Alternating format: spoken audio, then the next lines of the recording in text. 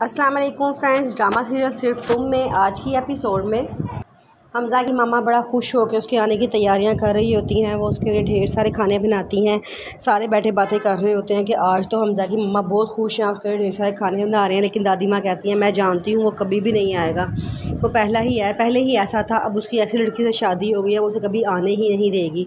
तो आगे से उसकी चाची कहती है कि नहीं हो सकता है वो आ जाए, लेकिन दादो कहती हैं कि नहीं वो कभी भी नहीं आएगा, या आप बात लिख लें। थोड़ी देर बाद हमज़ा की मामा वहाँ पे आके बैठ जाती हैं और कहना शुरू कर देती हैं, एक तो आजकल के नौकरों को जो मर्ज़ी कह दो उन्होंने करनी अपनी मर्ज़ी ही होती है। अभी वो बातें कर रही होती हैं तो कहती हैं अच्छा मैं हमज़ा से पूछूँ कब तक आएगा, सब कुछ तैयार है। वो हमज़ा को कॉल करती हैं तो हमज़ा से इनकार करता है, तो वो बहुत परेशान हो जाती हैं। वो कहती हैं कि हमज़ा ने कहा है कि मैंने नहीं आना।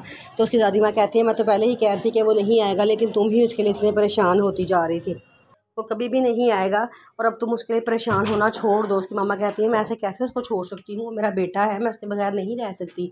वो कहती हैं कि अच्छा चलो ठीक है, अब तुम परेशान ना हो, आ जाएगा वो इंशाल्लाह जब उसे टाइम मिलेगा ना। उसकी मामा फ़ौरन शर्मिंदा रहती हैं और कहती है नहीं नहीं ऐसी बात नहीं है, वो कह रहा था कि मैं किसी मीटिंग में बिज़ी हूँ, जैसे ही मीटिंग ख़त्म होगी ना मैं फ़ौरन आ जाऊँगा। तो उसकी दादा कहती हैं कि हाँ हमें पता है ना, जैसे हमें उसकी असलियत नहीं पता। हमज़ा उधर अपने ससुर के साथ होता है तो ससुर से कहते हैं कि अगर तुम मेरी बेटी का ध्यान नहीं रखोगे ना, उसका ख्याल नहीं करोगे, उसके हुक्म नहीं मानोगे, तो वो तुम्हें भी छोड़ देगी जैसे उसने शराज को छोड़ा था। आगे से वो कहता है शराज, तो सियापा कहते हैं कि हाँ इसकी पहले शराज से शादी हुई थी, लेकिन वो बड़ी अकड़ दिखाता था, मेरी बेटी ने उसको छोड़ दिया, उसके लिए तुम्हें उसको छोड़ना आसान था तो वो तुम्हें भी छोड़ देगी।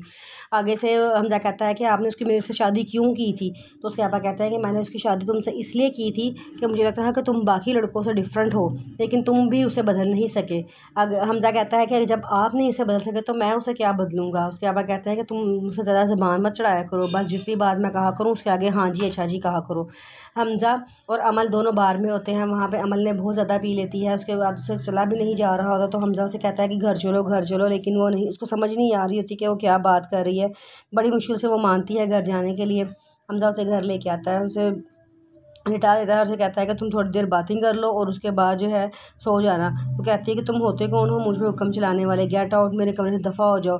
हमज़ा कहता है कि क्या हो गया है, ये मेरा भी रूम है। वो कहती है कि कोई तुम्हारा रूम नहीं है, ये सिर्फ मेरा कमरा है, मेरा घर है और सारी जायदाद मेरी है, तुम इस पर हक जमाने की भी कोशिश ना करना, तुम निकल जाओ कमरे से। हमज़ा कहता है मुझसे तमीज़ से बात करो, तुम मुझसे इतनी बदतमीज़ी से बात कर रही हो। वो कहती है कि हाँ मैं तुमसे कर रही हूँ बदतमीज़ी, और मैं तुम्हें कह रही हूँ कि तुम मेरा हुक्म मानो। मैंने तुम्हें कहा है एसी चलाओ, कहता है कि एसी पहले ही चल रहा है। वो कहती है कि जब मैंने तुम्हें कहा है कि एसी चलाओ तो तुम एसी चलाओ, तुम मेरे हुक्म की पाबंदी अमल करो। तुम कौन होते हो आगे से कहने वाले कि एसी पहले ही चल रहा है, चलो जाके एसी चलाओ और मेरे कमरे से दफ़ा हो जाओ। वो हमजा कहता है खैर जो मैं अपनी चाबी तो ले लूँ। वो कहती है कोई चाबी लेने की ज़रूरत नहीं है गाड़ी की, पकड़ो तकिया और उधर कमरे में जाके सो। हमजा दुखी होकर वहाँ चला जाता है। उसको अपनी मामा सारे घर वाले बहुत याद आते हैं, लेकिन वो कुछ नहीं कर सकता।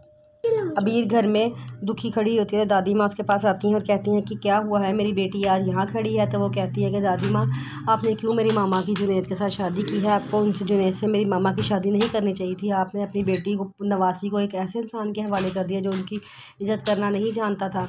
आगे उसकी मामा कहती हैं कि बेटे तुम कैसी बातें कर रही हो। वो कहती है कि हाँ तो मैं सही कह रही थी ना, आप मामा को इधर नहीं रख सकती थी, आप उनको इधर संभाल नहीं सकती थी, आपने उनके हवाले कर दिया मुझे। उनकी मम्मा कहती हैं कि मुझे लगता है कि तुम्हारे बेटे से तुम्हारे हस्बैंड से लड़ाई हुई है। वो कहती है कि हाँ जी एक वही तो है जो अब मेरे लिए इतनी मुश्किलात पैदा करता है, मुझसे लड़ाइयाँ करता है। उसकी दादी माँ कहती है तुम परेशान ना हो, मैं उसको समझाऊंगी। अबीर रोती हुई कमरे में चली जाती है तो वहाँ पर उसकी ताई सामने आ रही होती हैं। अबीर उनको देखती है तो अबीर आंसू छुपा के वहाँ से निकल जाती हैं, लेकिन वो समझ जाती हैं कि अबीर रोई हुई है।